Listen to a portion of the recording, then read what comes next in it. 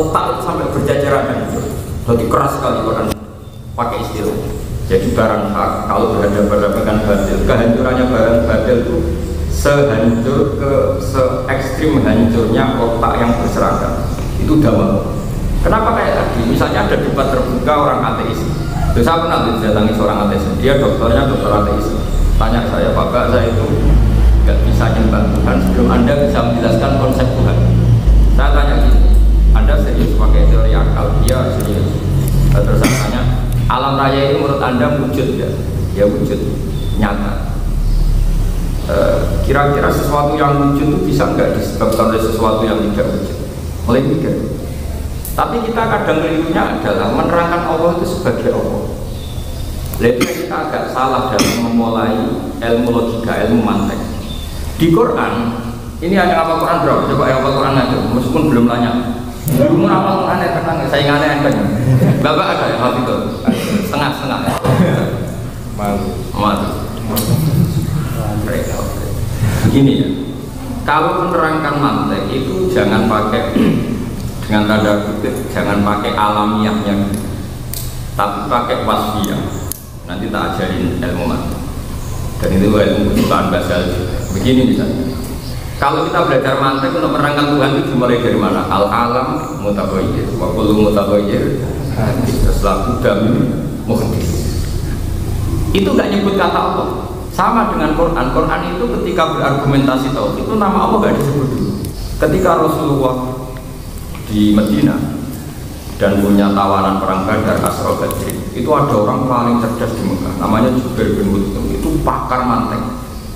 Dia orang kaya, tidak pernah ikut perang karena dia orang terpelajar. Ketika perang Badar umat Islam, dia ke Medina itu mau bernegosiasi dengan Nabi Muhammad untuk pelepasan apa? Asra Badrin, tawanan apa? Pas dia di situ nginep ya, kalau dulu ya nginep, dulu tidak ada hotel sehingga nginepnya dekat masjid. Itu Rasulullah adalah pas baca surat Waddur wa kita bimasdur firqim mansur wal lail ma'mur satu sampai pada ayat amkuliku min ghairi syai'in amhumul khaliqun. Apakah mereka diciptakan tanpa sebab atau mereka sendiri merasa pencipta langit dan bumi? Am khalaqus samawati wal ardh. Ketika mereka saya tanya apakah mereka menciptakan langit bumi, ya tetap bala yakin, mereka juga gak yakin. Itu diulang-ulang di surat itu. Amrin daum khoza'i rabbika amrun saytirun allahum sulamu yastabiquna fi falyati mustaqim bisultan. Itulah sampai Jubair bin Mut'im itu saking gak kuatnya itu datang ke Rasulullah, ya Muhammad, ayat ini tidak menyisakan akalku sama sekali. Sekarang saya ikrar mau iman. Karena tadi logika, kalau Allah tidak Tuhan, silakan Anda mengaku sebagai Tuhan, tapi syaratnya Anda harus membuktikan bisa menciptakan langit dan bumi. Atau kalau nggak ada Tuhan, ayo goblok bareng bahwa alam raya ini tanpa pencipta. Amkuliku min ghairi syai'in, min ghairi khaliqin, mana nih Pak? Tujuh. Wah, yo mau emang goblok nanti ngono maksudnya. Ya sudah, pilihannya dua, nggak ada Tuhan, berarti alam raya ini tanpa sebab. Atau ada Tuhan yang tidak Allah, ya kamu saja yang Tuhan, yaitu yang menciptakan langit. Kamu juga nggak ngaku itu, memang nyatanya Anda tidak mencipta langit. Nah, sebetulnya lafaz Allah itu tidak pernah disebut. Baru setelah mereka ikrar ada musabbibul asbab, paham ya? Ada kausa terima dalam bahasa tauhid musabbibul asbab. Lah musabbibul asbab ini dalam Islam disebut Allah, paham ya? Makanya kalau dalam mantek hanya mengatakan al-alam mutaghayyir wa kullu mutaghayyir hadis la budda min muhdits. Akal itu tidak sampai tahu namanya muhdits itu siapa, kan gitu di mantek-mantek. Lamat kholafil akli fit tasmiyah. Kalau akal itu tidak memberi kontribusi penyebutan muhdits itu siapa. Nah terus Islam datang menamakan musabbibul asbab itu namanya Allah, paham gitu maksudnya. Nah tapi kita enggak, karena menerangkan itu langsung Allahnya. Tentu ini kan alamiah. Padahal di Quran ayat-ayat awal turun itu tidak menyebut Allah dulu. Iqra bismi rabbika. Statusnya Allah itu apa secara wasfiyah? Ya, rabbika itu Allazi khalaqal insana min 'alaq. Surat 2 si argumentasi Quran itu tidak hilang. Karena ini yang punya kecakapan berargumen. Nah sekarang di pondok itu ilmu paling rapayu itu ilmu mantek ambil ilmu sosok. Sing laris itu primbon. Wah itu musibah tenan, mana pondok kita kayak kajen untuk mocong ini payu rapi. Ya tapi masalah sing intelek orang mocong pribon, orang payu rapi tenan ini kan. Jadi resiko pondok-pondok modern terlalu intelek, akhirnya gak ditunggu-tunggu mempercepat. Saya ini pengagum Sayyidina Ali dalam argumentasinya, karena argumentasinya itu absurd. Apalagi saya ditetir Allah apal Quran itu orang mesti tambah cerdas. Loh sebetulnya kalau Quran itu nantang mereka itu fair. Misalnya begini, Qul ara'aytum ma tad'una min dunillah aruni bada khalaqakum min al-ardi am lakum syirkun fis samawati.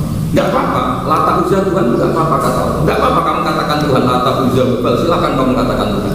Tapi kata Allah aruni ma khalaqakum min al-ardi am lakum syirkun fis samawati. Tapi kalian harus membuktikan bahwa lata uzza bal, Isa, Yesus semua harus terlibat menciptakan langit bumi. Karena syarat Tuhan itu harus menciptakan langit bumi. Ya mereka kan bilang ya tidak bisa. Mereka bilang Yesus lahir di bumi, berarti di mana Tuhannya sama buminya? Kalau enak, tidak ikut menciptakan, lahir langsung wah saya Tuhannya, kan ya aneh. Jadi Tuhan itu fair. Aruni ma khalaqakum min al-ardi ditunjukkan. Mereka bisa bikin apa di langit? Sudahlah kalau bikin langit semua mungkin mereka ada bisa. Urun saja urun. Allahum syirkun fis samawati. Urun saja urun. Saya suruh semen sisilah semua buat kita. Bukan. Tapi ayat-ayat ini kadang di pondok tidak populer, populer wali amal itu surat Fatim mari lurus. Jadi Quran kayak jimat gitu. Ya tapi tadi sing ra percaya jimat di Quran ora payu kabeh. Lah sing percaya intelek itu ya seperti itu nasib. Loh saya ini orang sana jadi orang yang mencintai saya itu macam-macam. Ada orang mencintai saya itu karena dianggap dengan mati, senangnya itu. Ada yang mencintai saya karena saya dianggap mati tafsir, senangnya ya kalau tafsir macam-macam. Tapi saya spesialisasi saya sebetulnya itu lebih ke fikih karena saya mengaji di Bangun lama terus sampai sekarang ngajar mahali. Saya itu setengah hafal gitu. Tapi karena tadi dulu bahasa itu misalnya sama bahasa saya itu dulu kaliannya di fikih karena fikih itu juga harga mati. Jadi di usul fikih itu kan ilmu logika yang luar biasa. Dan itu tidak akan menjadikan kita liberal atau sekuler asal ada khusyuk ada takwanya.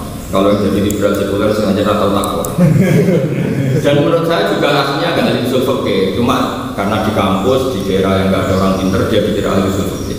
Tapi adegan di depan saya pasti ada ahli usul fikih.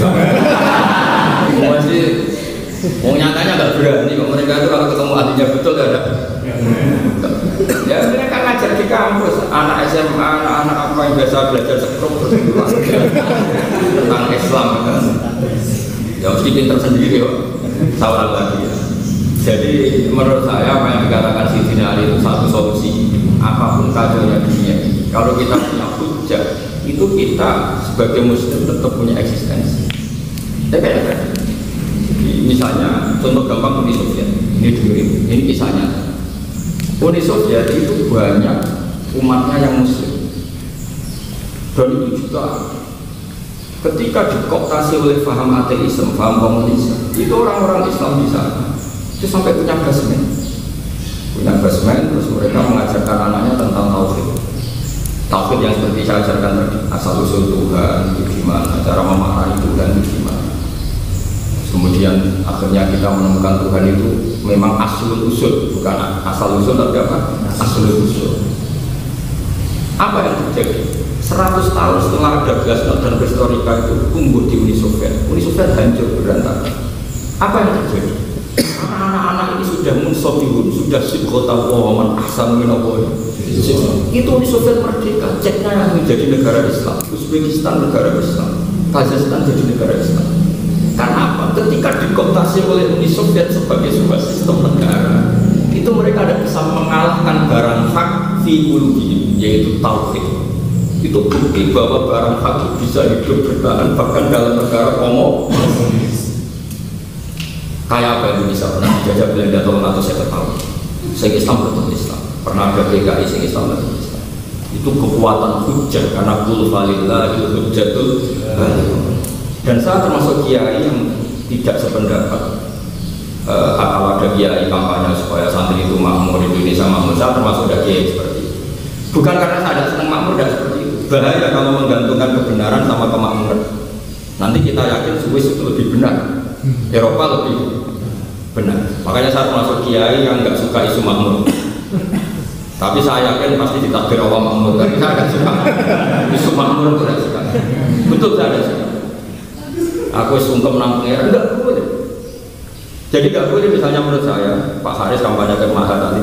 Kalau kamu Mahatali S1 pasti hidup kamu makmur. Itu bahaya karena menggantungkan kebenaran, objektivitas kebenaran dengan fasilitas sosial dunia. Bahayanya adalah nanti masuk kategori kadal fakru ayakuna kufron. Kalau ada masalah terus nyerempet ke kafir. Itu bahaya untuk mengawal kebenaran. Meskipun untuk hidup baik, tapi untuk mengawal kebenaran tidak baik. Kebenaran harus kita temukan lewat nilai objektivitas. Jadi tadi buktinya kebenaran tauhid bisa diuji ketika di Uni Soviet dikooptasi 100 tahun. Ketika merdeka langsung apa? Ceknya Uzbek langsung jadi negara Islam. Mungkin enggak kalau mereka sebelumnya mukmin, sebelumnya kafir tahu-tahu ingin punya negara Islam, enggak mungkin kan? Sampai langsung menjadi negara Islam karena tauhidnya enggak pernah hilang. Dan tauhid enggak pernah hilang dimulai dari al-hujjatul balighah. Makanya Sidina juga khawatir ketika ada konflik Ali Muawiyah yang Islam tetap Islam. Karena mereka tidak pernah berpikir gini, Islam dari suatu agama rahmah, nyatanya konflik paten binatang, dan berarti yang benar Kristen, enggak terlintas seperti itu. Karena kebenaran objektif telah mereka temukan dan sudah sebut apa? Supaya bahasa ini konflik tetap pengiran situ, raiso pengiran betul. Nah beda dengan kalau kita melatih Islam dengan kemakmuran, sekali yang tidak makmur terus kadal fakru ayakuna. Tentu manhaj kayak saya tidak harus semua kiai, mungkin karena mereka tidak paham. Atau mereka ternyata tidak pati kiai, jadi orientasinya makmur. Oh, itu sudah rapati ulama, orang orientasinya makmur, tak jamin rapati ulama. Rapati ulama ya semua. Bisa pengurus UI, tidak bisa pengurus akhirat gitu. Nah itu, ini penting sahabat. Itu tentang tauhid. Sehingga kata Fathul Bari, kata kitab Irsyadus-Sari, kenapa Quran dan Nabi tidak pernah kritik al-abtilah, ateis?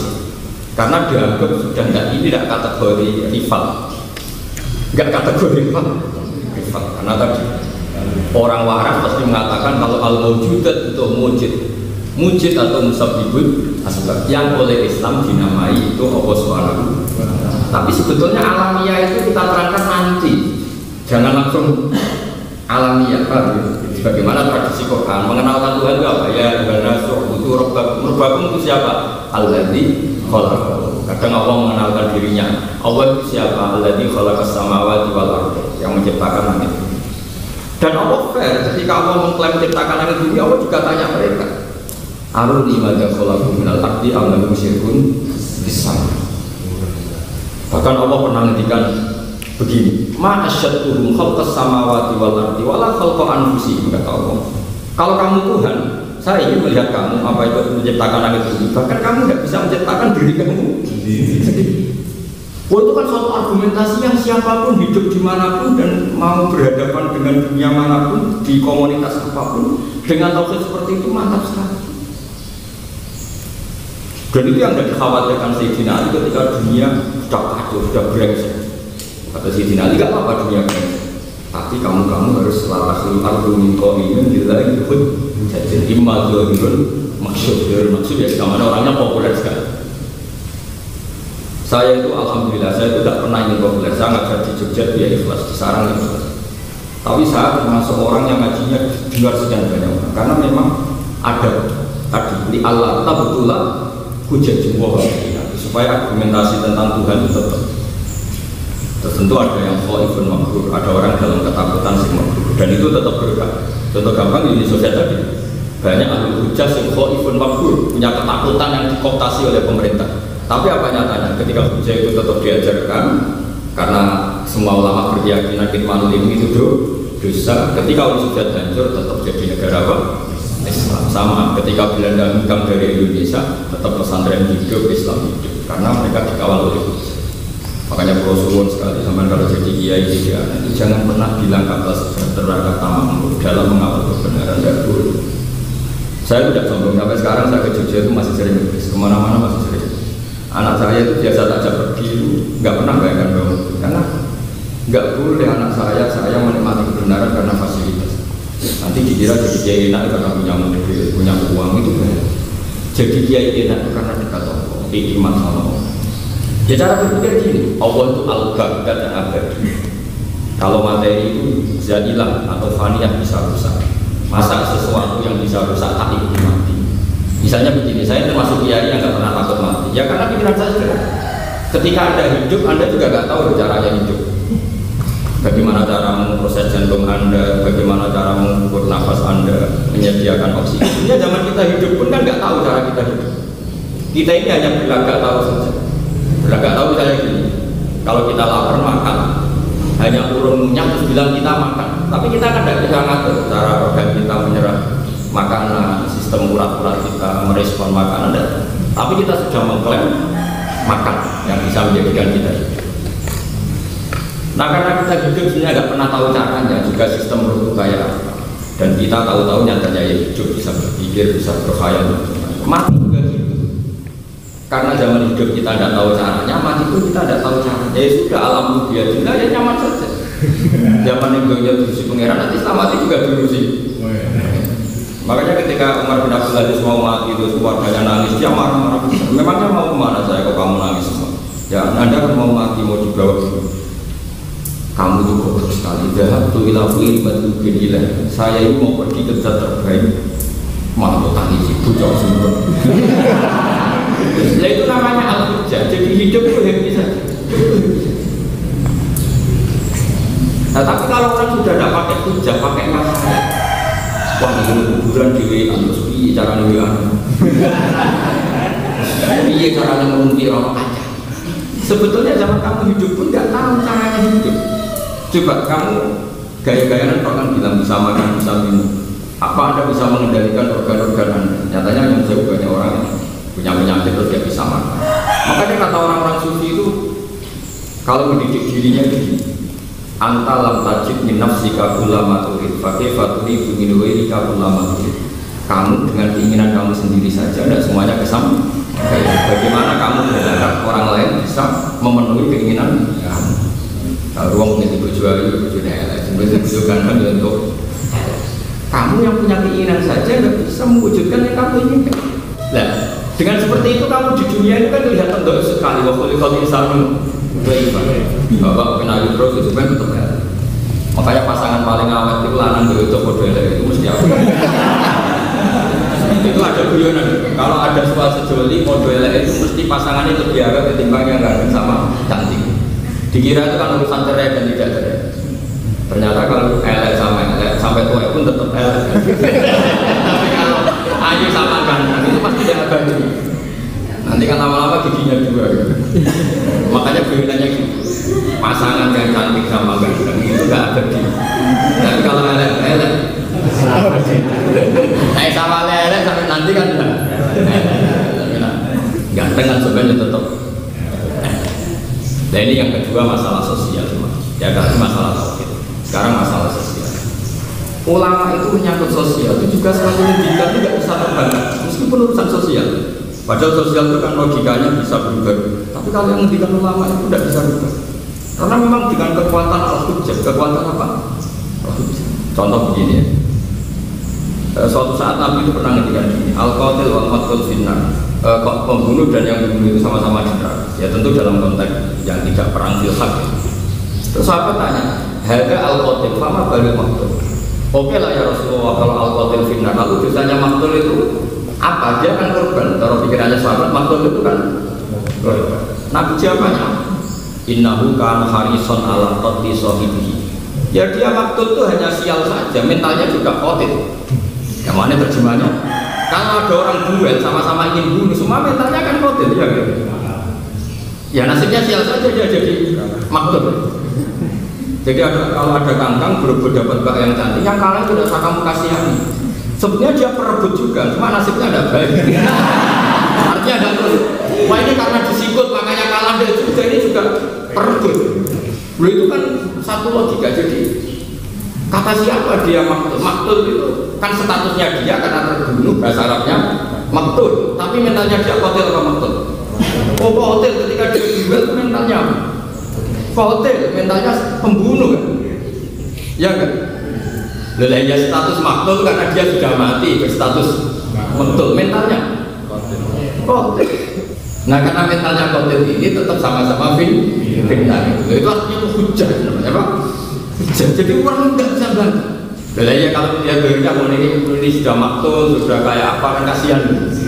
Tapi Nabi cara jawab, innahu kana haris ala qatli sahih. Rasulullah itu ahli. Saya contohkan lagi ini yang itu tadi yang Rasulullah ini yang ulama.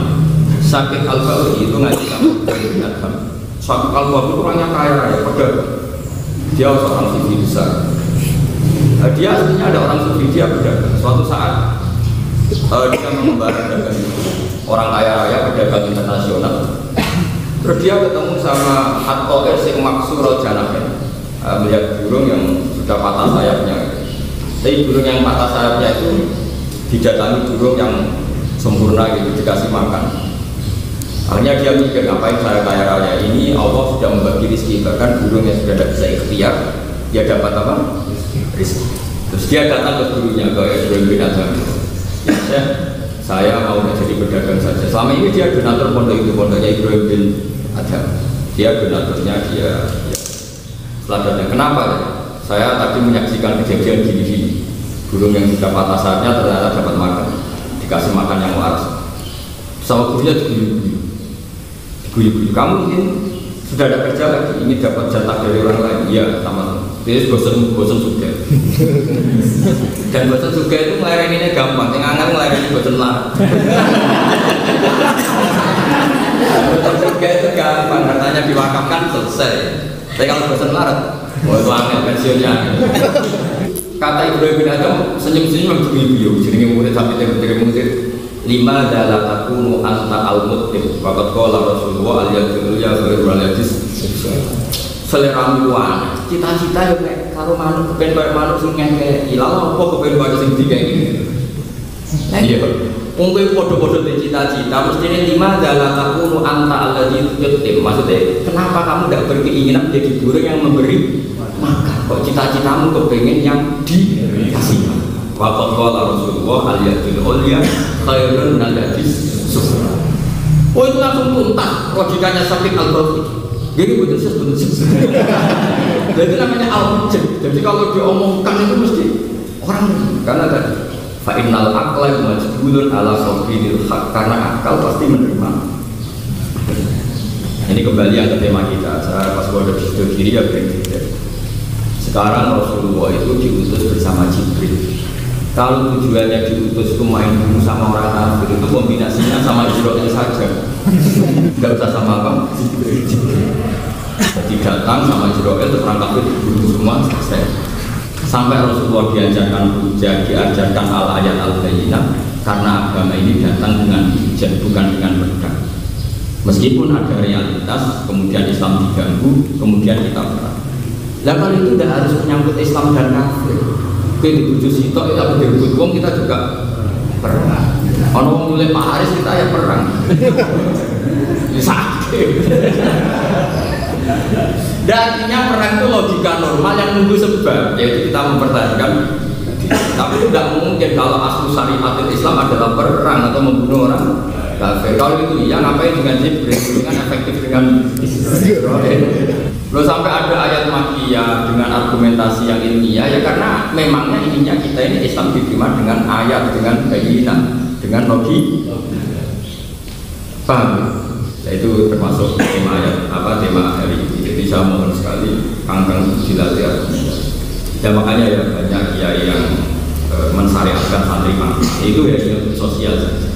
Tapi ini tidak bisa ngawal kebenaran. Ya tapi ya nggak apa-apa ini ya kebaikan. Tapi ada dia yang kayak saya yang nggak pernah ngomong kemana sama sekali saya pernah sama istri saya sampai saya bayangkan sekarang pun kalau saya hidup sendiri nggak punya santri ya nggak punya pengaruh di kajian apalagi ya nggak bahkan tadi saya sendiri tak bilang saya nggak punya santri ya nggak punya yang seneng ya nggak apa karena melatih kebenaran untuk diri apa sendiri tapi bukan berarti kita anti sosial ya nggak sosial ya sosial kita tempatkan di sosial. Ini penting sekali saya utarakan. Kalau kita terlalu memberi harapan santri masalah mapan, takutnya lalu jadi ukuran kebenaran itu kemapanan. Akhirnya kita umat Islam ternyata metodenya bagus Swiss, bagus Eropa. Bahaya kan? Bahaya enggak? Oh bahaya sekali kalau Sehingga dalam Islam itu kenapa Rasulullah disakiti begitu di Mekah menunjukkan bahwa Habib selalu berdiri di sini. Paham ya? Ini penting saya utarakan. Ulama dulu itu gampang sekali melihat sosial. Misalnya Abdul Qasim Al-Junaidi pernah nyuruh muridnya, ini tak kasih uang misalnya 50.000 beli daging sapi 1 kilo itu. Pulang muridnya, kok gak bawa daging sapi? Gak cukup dulu uang. Sekarang naik harganya 90.000. Ya sudah, bikin murah saja. Muridnya ngomongnya geblek, saya ketahui aja gak cukup malah bikin murah terus. Arfisuhu bitarki, kalau dia memahalkan jadi 80.000, tawar wayar 1. Jadi bikin murah bitarki dengan gak jadi beli. Jadi dulu itu ngadepi sesuatu itu enteng sih. Begitu juga menyangkut katul ini, nyimpan marah. Pernah ada ulama yang bujunya itu cerewetnya bukan, memang sudah ujiannya ulama. Singkat cerita pas misalnya Haris itu, gak bisa contoh ya. Saya itu punya doa mustajab. Saya sekali doakan Pak Haris, Pak Ira itu langsung mati. Cuma saya lagi-lagi saya tidak ingin kebenaran dia minta saya ngajar dikompensasikan dengan sesuatu yang sosial. Itu bahaya. Gayanya adalah nak dengan peramal itu juga alim itu ternyata dengannya. Buktinya aku rapayu. Wah itu kan meruntuhkan sekian ilmu usul fikih saya. Bahaya. Makanya saya tidak mau mengkompensasikan ilmu saya dengan sosial. Itu bahaya. Ini mantap saya, sama tidak harus ikut. Tapi mau ikut siapa? Ya saya ulang lagi ya. Jadi kalau tadi kita bahas bujur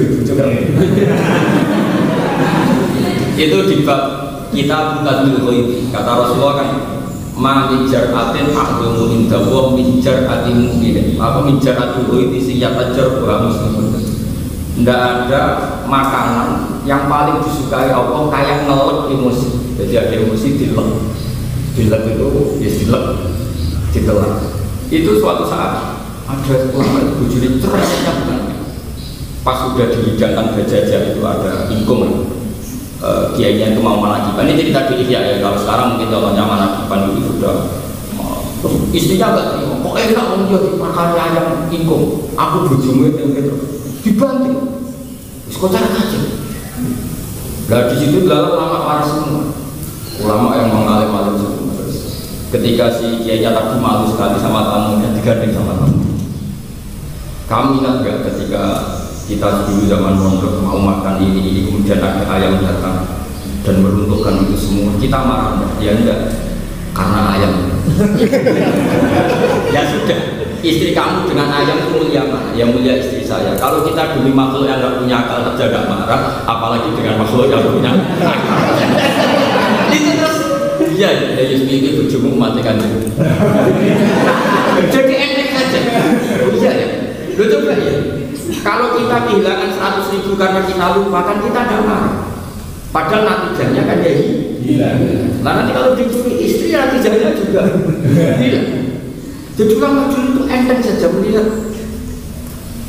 Loh ya kan enggak. Nasi atau makanan sudah enak dipangan ayam atau tikus kita tidak marah. Dipangan sing diakal. Itu hujan orang. Dia anggap saja ini gak peristiwa itu gue semua ya happy saja, enteng saja. Jadi ulama dulu itu sebegitu mudahnya melihat fenomena karena mereka munsabih kita sibukota umat selalu menabuhi enak saja melihat. Nah kalau sekarang enggak, orang ngomongnya pakai hawa nafsu itu kacau. Waktu nulisin kaca-kaca gak ngerti kok yang keliru ya kacau, ngapain kita di sini? Justru bojo keren orang ngake itu jujur aku saja ini pertontonan kejujuran. Loh apa yang lebih mulia ketimbang kejujuran? Dulu melihat sosial itu gampang saja, enak. Kita tidak boleh kehilangan al-hujjatul karena ini cara kita hidup di mana saja. Mana rasanya betul-betul. Bismillahirrahmanirrahim. Al-Kitab bisa nanti ulang syarah al-kitab. Tidak suri al-kitab. Suri al-kitab. Mungkin bener atau besok dulu. Lo udah sama baca aja nanti kalau nggak bener Pak Haris yang bilang. Di himayati dakwah Islamiyah. bi himayati da'watil islamiyati wa tifai anfusihim wastinqadi man baqiya biman kata tahta ta'inatul adabi wa dzalika annal kufara akhraju al-muslimina min ardil haram min diyarihim wa amwalihim wastawallahu alaiha wa ala auladihim ila an-nafar wa zatu fahaju al-muslimina wa rasulullah sallallahu alaihi wasallam fi aqbatil najmi liyahiju jami'an liyuhayiju jami'al arabi biddahu wa mana'u intishara mabadi'il islami mani'ina lahum min hurriyatil qawli wa hurriyatil fikri wa hadha aqsa ma yatasawwar minal zulmi wat tadyiqi wa ahaqqu ma yuqatalu alaihi wala yakun anta bisa ini kahada illa ajizun la fiqatalah binasi wala birabbihi alladhi ada binasril majrum ila angkon wa kullu hadhil ayat nuzilat fil madinah wa bihadza ta'lamuna yaqinan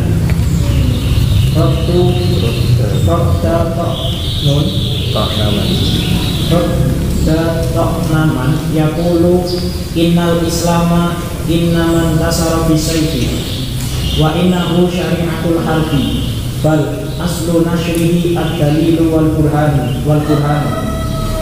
wa kamalu mabadihi al-aliyah. Jadi kok sini.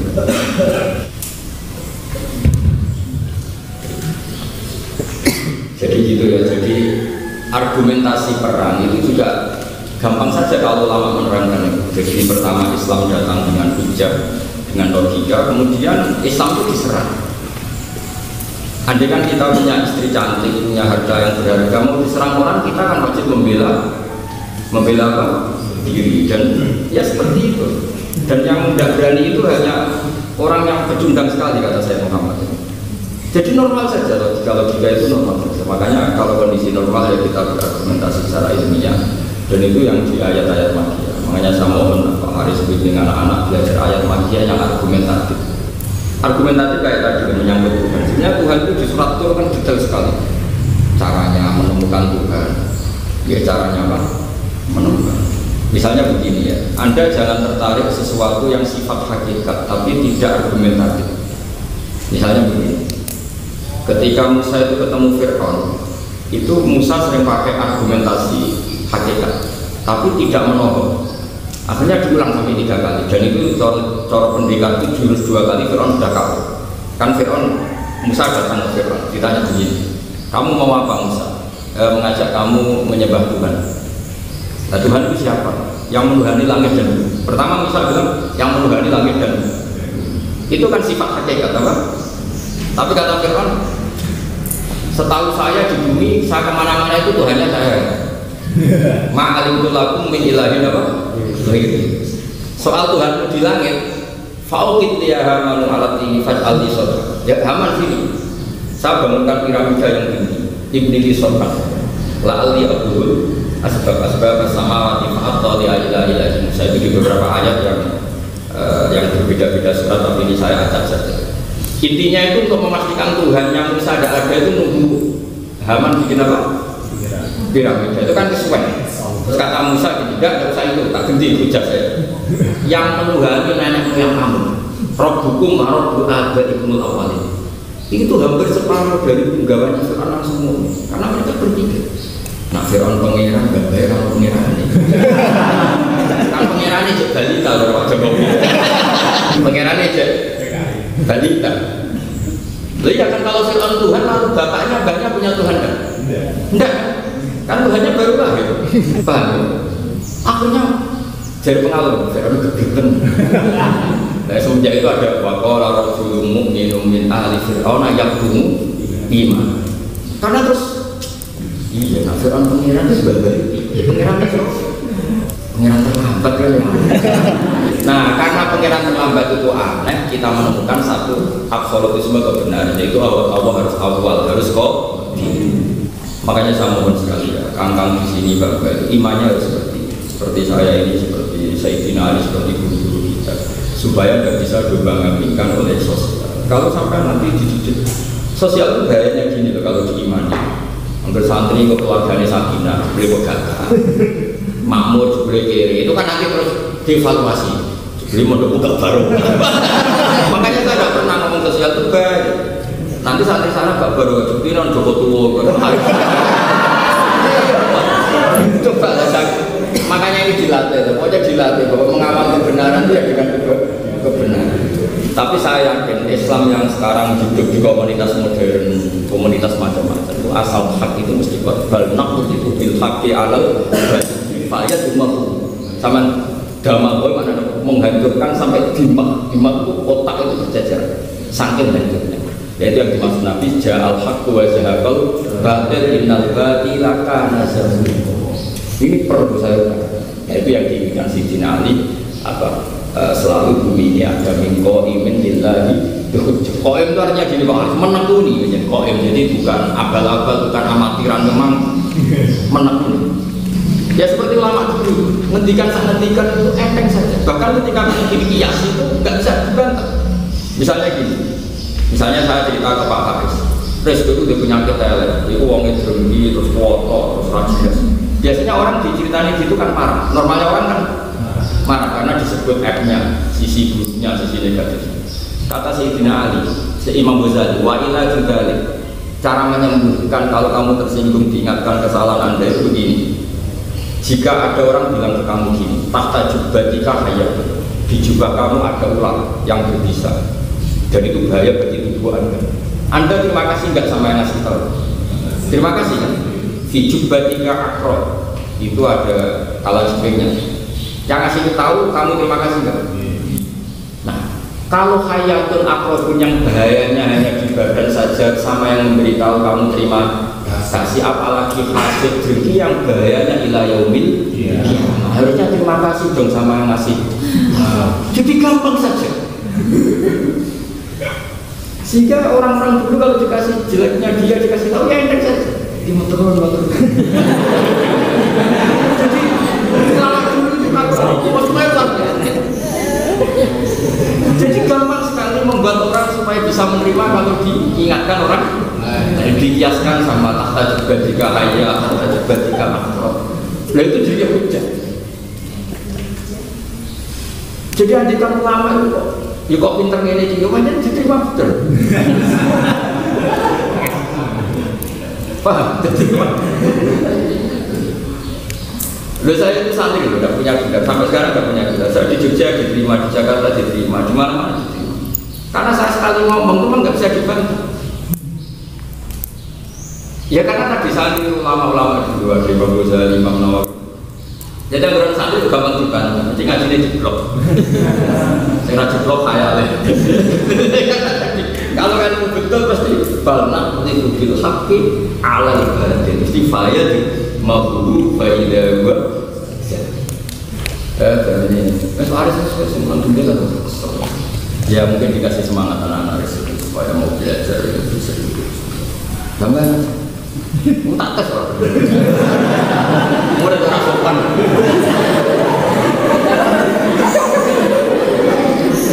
Dulu itu kalau ada mufti yang senior itu yang amati disuruh fatwa di depannya sampai tes. Nanti kalau nggak lulus tak PHK.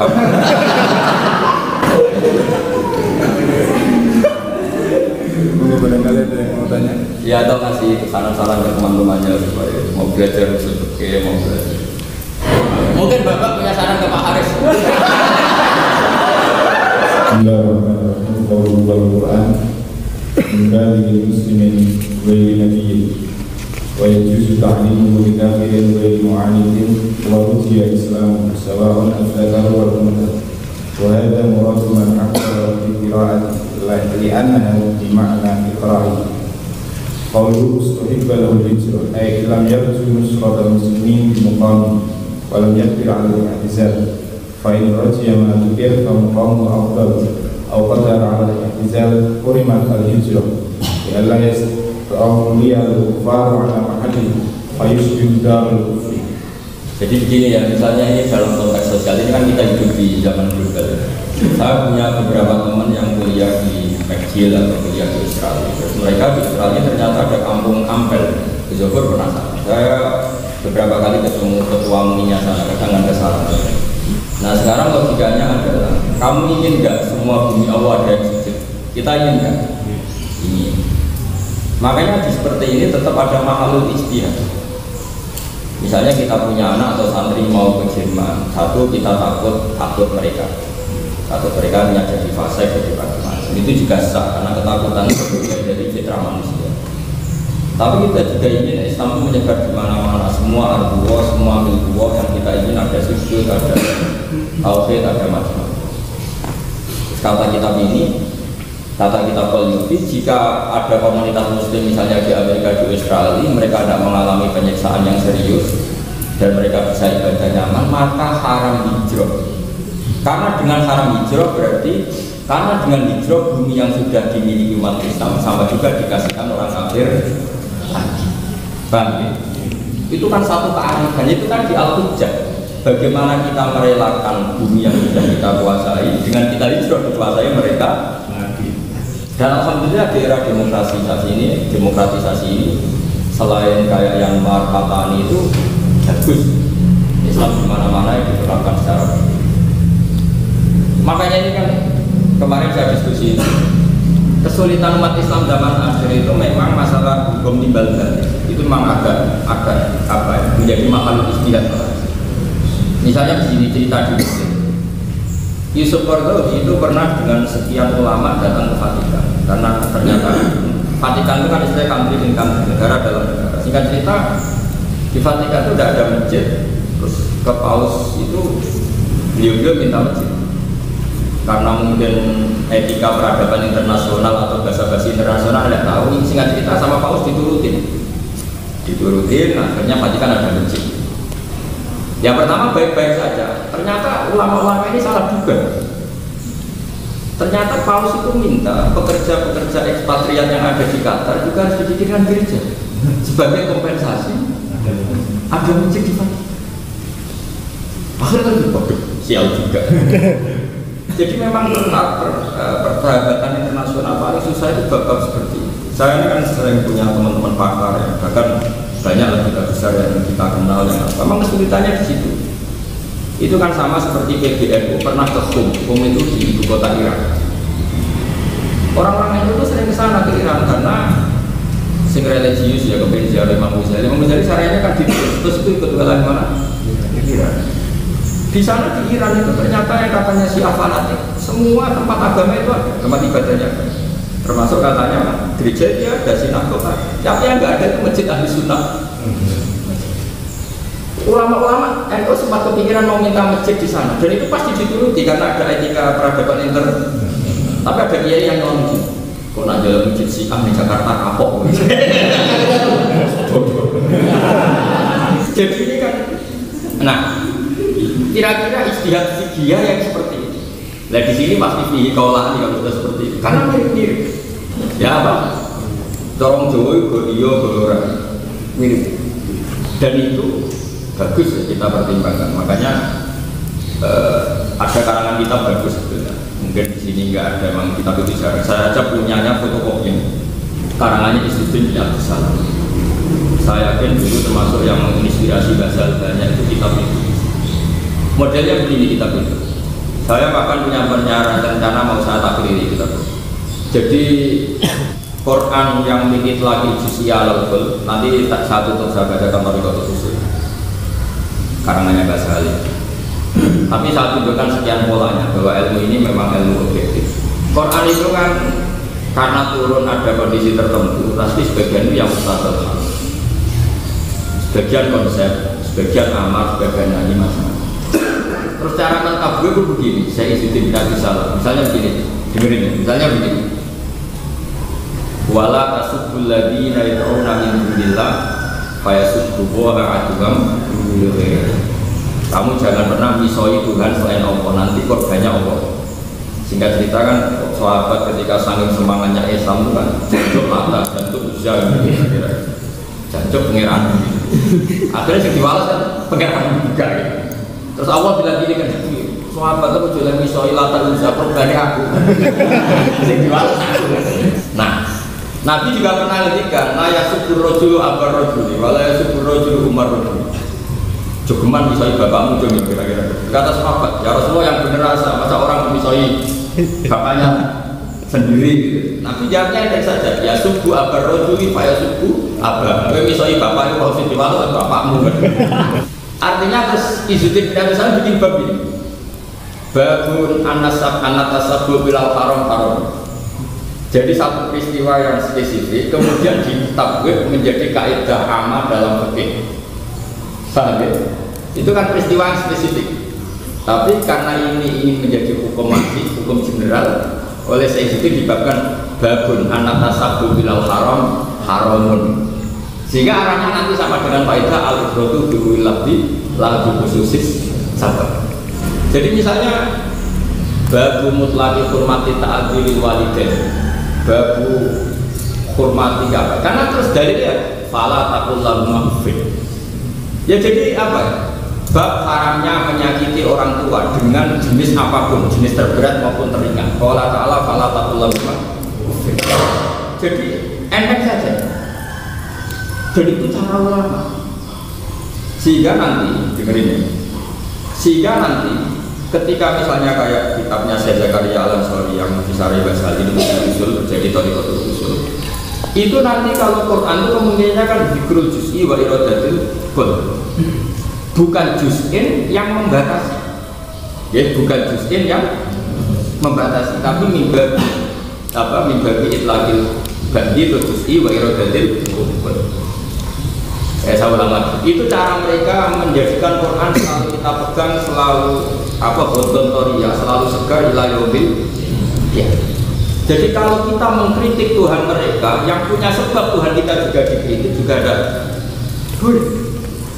Sama itu kan seperti zaman Gus Dur ketika Cina diguyo-guyo di Indonesia, orang Papua diguyo-guyo di Jawa, kata beliau jangan, nanti yang dibales umat Islam yang minoritas bisa. Paham ya? Ya itu namanya mempertimbangkan sebab. Nah, mempertimbangkan sebab itu ada contoh ayatnya, yaitu wala tasubul ladzina dunamin. Tapi contoh ini kan juz'i. Paham ya? Oleh ulama contoh ini dijadikan kaidah kulliyah. Nah, makanya terus Izzuddin bin Abi Salam punya gelar Sultanul Auliya ditakdirkan dengan kaidah kulliyah. Paham ya? Wah itu buta seni, tapi semua itu ngalir orang yang kelas. Paham ya? Ini saya baca tabaruk sama Mas Yalid ini. Saya baca.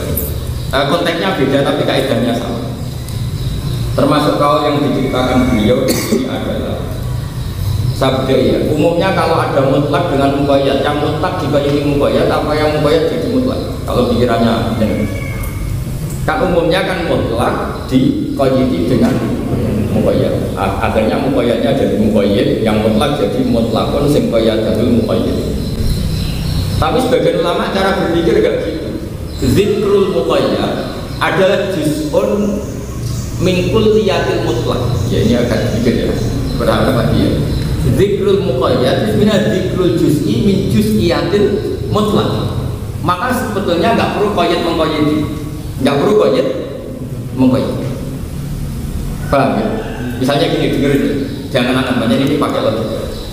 Misalnya saya begini, saya ini seorang kiai punya dandan ini kangkang nganggur ini dandan saya 5, sing telu cerdas tapi ceroboh, sing loro goblok tapi nurut, wong ilmu dan kira-kira sendiri.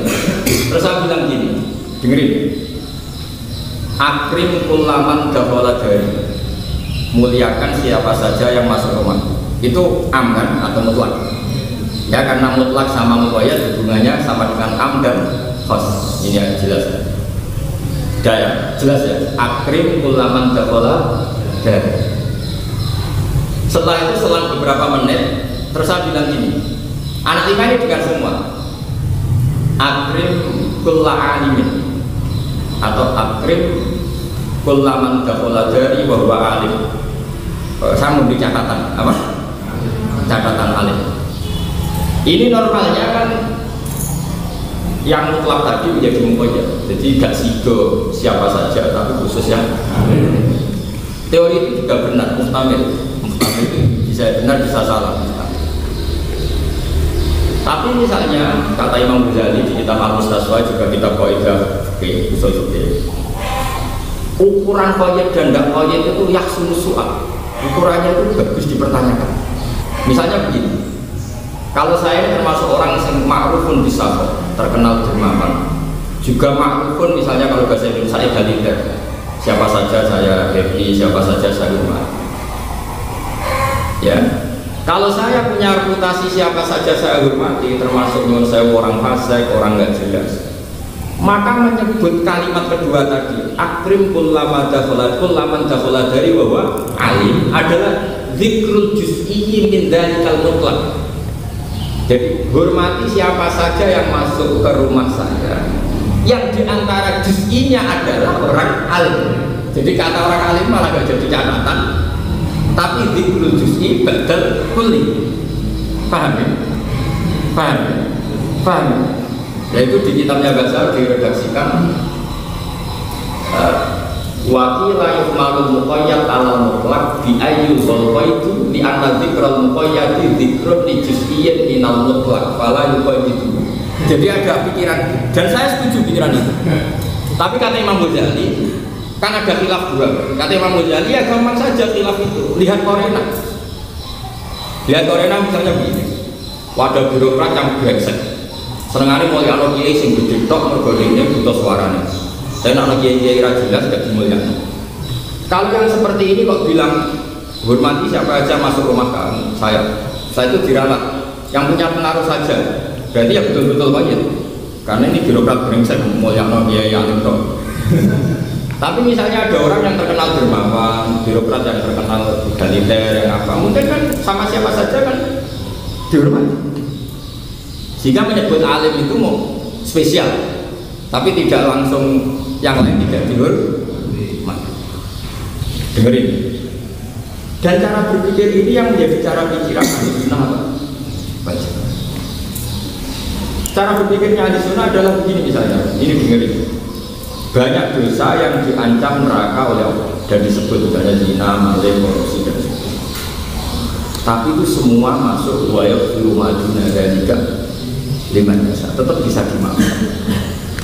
Ini penting saya utarakan karena banyak yang salah. Kata Imam Ghazali begini. Ini dengerin, memang ini harus jangan. Ada orang soleh bilang begini. Akrim kullaman dakhala dari. Muliakan siapa saja yang masuk rumah saya. Yaksun soal, kata Imam Ghazali, kan nanti lihat di Mustasfa di bab mutlak dan muqayyad. Yaksun soal, bagus dipertanyakan. Wa in kana fasikon. Karena di tradisinya orang-orang soleh adalah tidak mungkin memuliakan orang fasik. Atau begini, ada orang kaya bilang ke satpamnya, uktul kullaman nahagamali, uktul kullaman akhodamali, bunuhlah atau tangkaplah siapa saja yang ngambil harta saya. Ternyata harusnya yaksun soal, wa in kana abaka, wa in kana ibnaka. Karena ya potensi itu, karena kata Imam Ghazali, fama min amin illa wa huwa yukhassus, fama min amin illa wa huwa makhsus. Gak ada lafaz am kecuali potensi maksus ditaksis. Misalnya begini, saya bikin peraturan sama Mbak Badal, siapa saja yang makan sebelum saya tangkap. Ternyata saya makan dunia ini. Padahal dunia ini kan masuk kata siapa saja. Itu banyak sebenarnya yang salah gara-gara gitu. Pokoknya ngabung mobil itu pamit aku. Barang dunia ini ngabung mobil tak pamit Pak Yai. Pokoknya dunia ini juga pegatan kamu. Hanya kata-kata siapa saja. Maka ukurannya adalah yaksunus soal. Kira-kira itu yang potensi mustasnya itu harus yaksunus soal, bagus dipertanyakan. Jadi misalnya tangkaplah siapa saja yang mengambil hartaku. Kamu harus tanya, meskipun itu anak Anda, meskipun itu istri. Karena ini potensinya jadi mustas. Faham ya? Nah berarti ya begitu, mutlak sama muqayyad di Quran itu otomatis seperti itu. Misalnya al-insan makhluk khotok wa nisyan atau kullu bani adam khotokun. Kamu kan nggak kebayang memasukkan para nabi. Kebayang nggak? Enggak kan? Karena ini orang-orang spesial apa? Orang-orang spesial. Begitu juga misalnya gini. Misalnya pengurus pondok. Pokoknya pengurus santri kita diboyong. Pokoknya anak ini yang kategori ini santri diboyong bisa di pondok juga boyong. Nah, kira-kira seperti itu. Sehingga ulama dengan enteng saja mentahsis. Makanya nggak ada di sini termasuk ada kan faqtulul musyrikin haitsu wajadtumuhum waqtuluhum. Itu tentu tidak semua orang musyrik. Karena pasti ada yang suruh soal musyrik yang mana? Apa musyrik? Karena nyatanya ada musyrik yang seorang nabi harus mendakwai, ada musyrik yang seorang nabi harus mendakwai, membina. Tentu ya ada musyrik yang boleh dibunuh karena harbi. Berarti lafaz am ini pasti ada mukhasis. Ukurannya apa? Kata Imam Ghazali yahsulu soal apa? Yahsulu soal, ya pantas dipertanyakan. Karena ya tadi nggak mungkin orang main umum itu tidak mungkin. Nah, itu juga yang kita maknai dalam tafsir. Misalnya ya Bani Israil seterusnya wa anni akan kamu mengalahkan seluruh alam. Tak kepenaan Bani Israil ngalahkan Nabi Muhammad, ngalahkan umat Islam. Makanya di semua tafsir wa anni faddaltukum ala alamin alami zaman ini. Ya yang selevel mereka, sekelas mereka, di era mereka memang mulia Bani Israil. Kalau dengan kita yang mulia kita lah. Ya itu karena tadi paham ya? Jelas ya? Terus sebagian ulama cara berpikir apa? Kalau ada zikrul muqayyad ba'dal mutlaq itu zikrun di juz'i tilkal mutlaq atau dari kalal mutlaq, maka muqayyad ini tidak menjadi muqayyid mutlaq. Jadi gamane aku ngene. Contohnya santri ini bahasa hal kabeh kok ngajar. Terus aku mendingin ini. Saya ngikut terus Mahatali itu kan imma itu takyid, memang saya hanya siap ngajar Mahatali. Wa imma itu menyebut sebagian santri bahasa hal bernama Mahatali. Jadi itu kan potensinya kan potensi takyid atau potensi dzikru juz'iyyin badal kulli atau badal mutlaq. Nah disitulah yang sering ulama bilang kenapa ada mutlak yang muqayyad, ada yang ulama mengisbatkan mutlak bagian ala itlaqi meskipun ada lafaz hadis. Pertanyaannya secara usul fikih begini, kenapa bisa begini? Karena menyebut yang spesifik muqayyad itu bisa saja li hadisati su'alin atau hadisati waqi'atin. Misalnya begini, Rasulullah itu di dalam, ini contoh yang diusul yang di kitabnya bahasa juga, Rasulullah itu di dalam. Ada orang itu punyanya kambing tapi tidak punya sapi. Ya tentu tanyanya ke Rasulullah, ya Rasulullah hal fil ghanami zakatun, apakah kambing itu wajib zakat? Kira-kira Nabi jawabnya kan mengulang lagi, fil ghanami zakatun, ya kambing wajib zakat. Itu la yunafi wujuba zakatil baqar wa la yunafi wujuba zakatil ibil. Mergo Nabi menyebut ghanam di hadisati soal. Orang kok mendingan ini. Padahal Nabi tadi dahulu misalnya fil an'am zakatun, an'am wajib zakat. Setelah mutaakhir Nabi jawab fil ghanami zakatun. Kira oleh pengarang kita. Wa hadal hadis yang satu hadisan sampai. Yo kira ulama tapi harga jadi ulama. Jadi zikrul juz'i itu zikrul takyid badal mutlaq mudzikru fardin min afrodihi. Tapi bukan menjadi tak. Mungkin mungkin baca ini insyaallah kalau tentang Nabi sallallahu alaihi wasallam.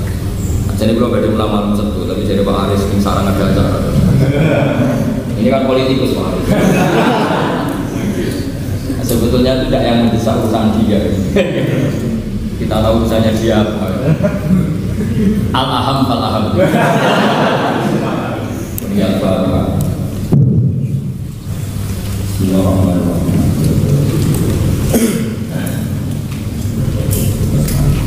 Allahumma ya Allah. Hatta hatta maaf ya nabi dari Allahumma ya Allah ya masyayikh Bisi mana berada di ruang Islam, baca Allah ya Allah dan dunia. Allah menerima kurang.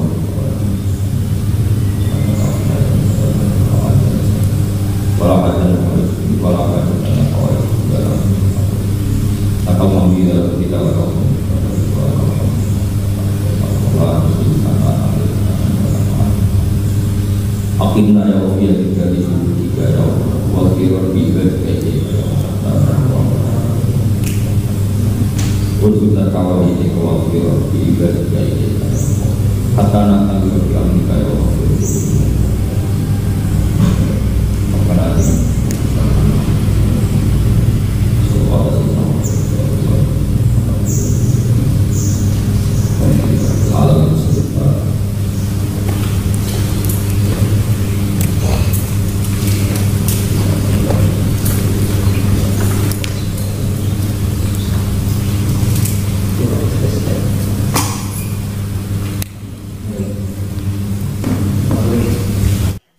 Oke teman-teman, jadi itulah reaction ngaji kita bersama dengan Kiai Haji Bahaduddin Salim atau Gus Bah, yang mana beberapa catatan yang sudah kita dapatkan dari kajian ini. Diantaranya yang pertama adalah satu, kehancuran barang batil berhadapan dengan barang yang hak atau kebenaran, seperti halnya otak yang berhamburan, luluh lantak kalahnya.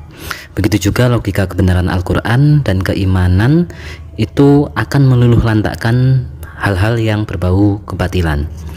Yang kedua, dengan logika, jika engkau mengaku sebagai Tuhan, tapi syaratnya engkau harus menciptakan langit dan bumi, bisa membuktikannya. Atau jika pun tidak bisa membuktikan, maka dan tidak ada Tuhan, maka apakah dunia ini tercipta tanpa sebab? Maka dari itulah Allah lah Tuhan pencipta alam raya, dan Allah lah yang menjadi kausa prima atau penyebab segala sesuatu, atau penyebab awal segala musabab. Yang ketiga, logika ketauhidan yang telah tertanam inilah yang membuat kebatilan tak mampu menggerus keimanan. Seperti halnya orang Islam yang ada di Kazakhstan atau bekas Uni Soviet dahulu, meskipun dikooptasi oleh Rusia, maka tetap mampu menjaga ketauhidannya, sehingga ketika Uni Soviet runtuh, maka muncullah negara-negara yang mayoritas agamanya itu Islam atau banyak orang muslimnya, seperti Chechnya, Kazakhstan, Uzbekistan, Tajikistan, dan lain sebagainya. Begitu juga Indonesia, seberapa pun lamanya dijajah oleh Belanda dan Jepang, tetap setelah merdeka Indonesia menjadi negara terbesar dengan penduduk mayoritas Islam. Yang keempat, ketika diri kita sombong dengan kekuatan diri kita, contoh saja, apakah kita bisa mengontrol nyawa kita? Kalau kita bisa, maka jangan biarkan ruh itu lepas dari ragamu. Atau bahkan secara raga atau secara fisik, apakah kamu bisa menjaganya agar tetap muda, tetap kuat, tidak menjadi tua? Tentu saja tidak akan bisa. Maka itulah bukti bahwa kita itu lemah, dan la haula wala quwata illa billah, tidak ada daya dan kekuatan kecuali dari Allah Subhanahu wa taala. Yang kelima, agama datang dengan hujah, Islam datang dengan hujah. Perkara adanya perang itu karena membela diri, tapi syariat Islam itu tidak untuk membunuh orang kafir. Itulah sebabnya Rasulullah berkoalisi dengan Jibril, bukan dengan Israel. Kalau dengan Israel tentu saja langsung mendatangi orang-orang yang kafir lalu membunuhnya. Tetapi di sini tidak. Islam itu datang untuk diterima dengan logika yang bayinah, logika tauhid yang kuat, tidak bisa dilepas dari segala kebatilan. Kemudian yang keenam, tidak ada makanan yang paling disukai Allah kecuali yang ditelan oleh makhluknya. Anda jangan tertarik pada sesuatu yang hakikat, tapi sebaiknya sukailah hakikat yang punya argumentasi. Sebagaimana halnya Nabi Musa ketika menjelaskan Allah kepada Fir'aun, secara hakikat Allah itu Tuhan yang menuhani langit dan bumi, itu benar hakikatnya. Namun masih bisa dibantah tentu saja oleh Fir'aun dengan cara Fir'aun ingin membuat piramida dan kemudian melihat Tuhannya Musa itu di langit apakah ada atau tidak. Tentu saja tidak akan terlihat, karena seorang nabi pun tidak mungkin bisa, atau seorang nabi seperti halnya Nabi Musa pun itu untuk melihat Allah itu tidak langsung. Maka sekelas Fir'aun kok mau lihat Allah langsung? Lalu kemudian Nabi Musa mengubahnya dan diubah dengan hakikat argumentatif bahwa Allah yang menuhani Fir'aun dan leluhurnya Fir'aun, dan itu sangat telak kalahnya Fir'aun, sehingga tidak mungkin Fir'aun itu Tuhan. Sebab Tuhan, ketika Fir'aun itu Tuhan, maka Tuhan itu datang terlambat. Berarti dulu simbah-simbahnya Fir'aun itu tidak punya Tuhan, karena Tuhannya belum lahir. Itu jelas meluluh lantakkan logika bahwa Fir'aun itu sebagai Tuhan, dan tentu saja Allah lah Tuhan yang paling sejati. Kemudian yang ketujuh, kesulitan Islam di zaman akhir salah satunya adalah terkait dengan hukum sosial timbal balik. Ketika misalkan di Vatikan didirikan masjid, maka mereka juga akan meminta ada gereja-gereja di wilayah mayoritas Islam. Begitu juga ketika halnya ulama NU datang ke Iran yang mayoritas adalah Syiah untuk upaya diplomasi dan kemudian berkeinginan untuk didirikannya masjid NU, kemudian diurungkan karena bisa jadi Syiah minta ada masjid Syiah di Jakarta. Nah, maka jangan sampai engkau menjelek-jelekkan Tuhan agama lain, karena yang merugi adalah Allah sebagai korban dijelekkan oleh mereka yang engkau jelekkan Tuhannya. Meskipun secara hakikat memang Tuhan adalah Allah Subhanahu wa Ta'ala, namun ya kita sebagai di hukum sosial jangan menjelekkan Tuhan agama lain, karena akibatnya Allah yang akan dijelek-jelekkan oleh mereka. Kemudian yang terakhir atau yang kedelapan, setiap generalisasi pasti ada pengecualian, termasuk generalisasi ini. Pengecualian ini menimbulkan pertanyaan atau yang berpotensi merugikan. Misalkan perintah bunuh siapa saja yang mencuri hartaku, maka pertanyakanlah apakah termasuk anak dan istrimu, karena mereka berpotensi juga sebagai subjek atau pencuri. Misal rukun Islam salah satunya adalah haji, maka pengecualian bagi yang tidak mampu tentu saja ada pengecualiannya. Lalu ketika misalkan orang yang tidak mampu itu tidak melakukan haji, apakah itu berarti dia tidak Islam? Kan tidak begitu maksudnya. Jadi pasti ada pengecualian yang harus dikonfirmasikan, karena memang di situ misalkan rukun Islam ya bagi yang tidak bisa haji ya tetap Islam, tetap bukan berarti haji itu langsung harus gitu, tidak. Pasti ada pengecualian, yaitu bagi yang tidak mampu itu boleh tidak melakukan haji, atau haji bagi yang mampu, termasuk kalau zakat sih bisa lah kemungkinan bagi yang mampu, tapi kalau haji kan memang harus membutuhkan biaya yang besar. Nah, itu juga termasuk pengecualiannya adalah orang-orang yang tidak mampu untuk haji. Maka carilah pahala yang bersetimpal dengan ibadah haji, maka insya Allah Islamnya akan komplit atau akan kafah. Gitu teman-teman yang bisa kita catatkan dalam kajian kita bersama Dan Gus Baha kali ini. Semoga menjadi ilmu yang manfaat dunia akhirat untuk kita, semoga menjadi amal ibadah Gus Baha yang berkah dan berkah untuk kita semua, dan tentu saja semoga kita semua senantiasa tetap istiqomah mencari ilmu, ngaji bersama Dan Gus Baha, dan semoga Gus Baha senantiasa sehat, panjang umur agar terus bisa mengaji bersama kita. Oke, sekali lagi teman-teman terima kasih atas ngajinya, dan mohon maaf jika banyak kesalahan. Wassalamualaikum warahmatullahi wabarakatuh.